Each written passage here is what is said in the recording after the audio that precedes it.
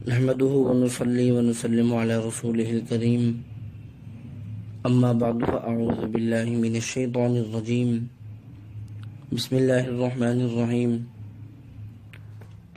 يا أيها الذين آمنوا قوا أنفسكم وأهليكم نارا وقودها الناس والحجارة عليها ملائكة غلاظ شداد لا يعصون الله ما أمرهم ويفعلون ما يؤمرون۔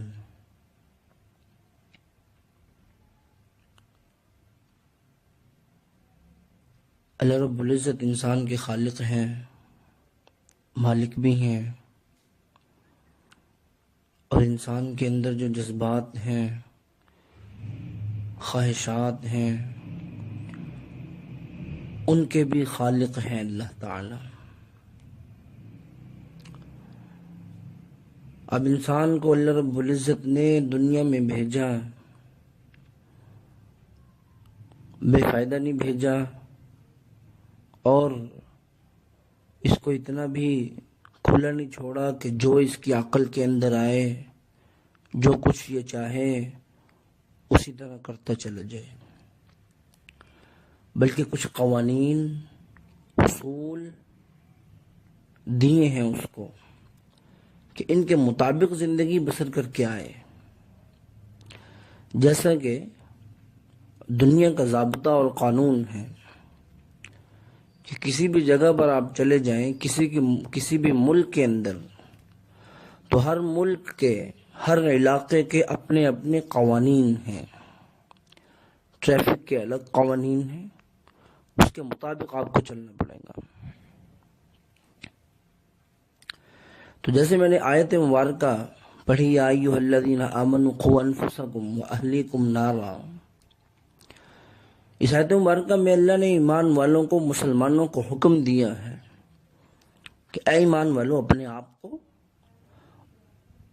اور اپنے اہل کو، اپنی آل اولاد، بیوی بچوں کو آگ سے بچاؤ جس کا ایندھن انسان اور پتھر ہیں۔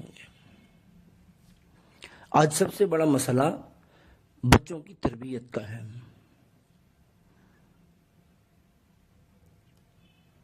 اسی چیز کے اندر سب سے زیادہ کمی پائی جا رہی ہے۔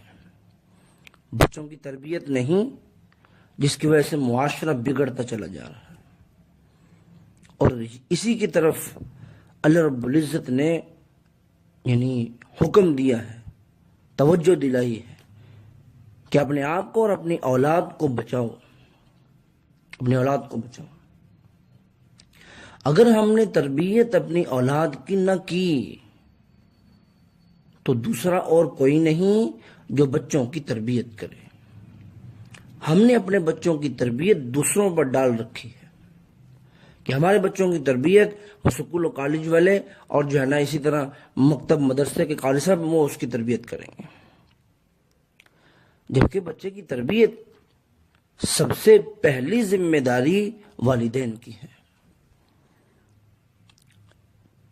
5، 6، 7 سال یہ تربیت کا زمانہ ہے بچے کی، اس کا نقش، اس کا ذہن بالکل صاف ہے۔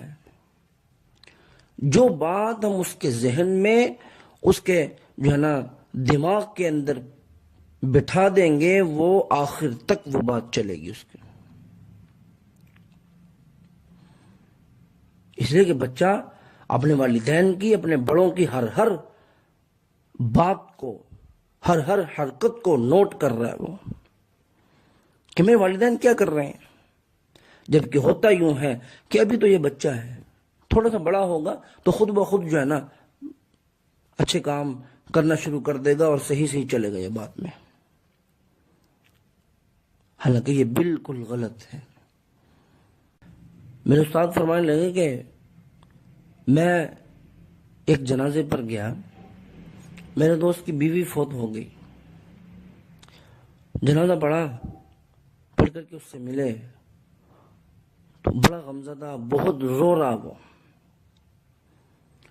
میں نے تسلی دی اس کو، حوصلہ دیا، اللہ کی مرضی ہے، لیکن وہ بہت زیادہ رو رہا تھا۔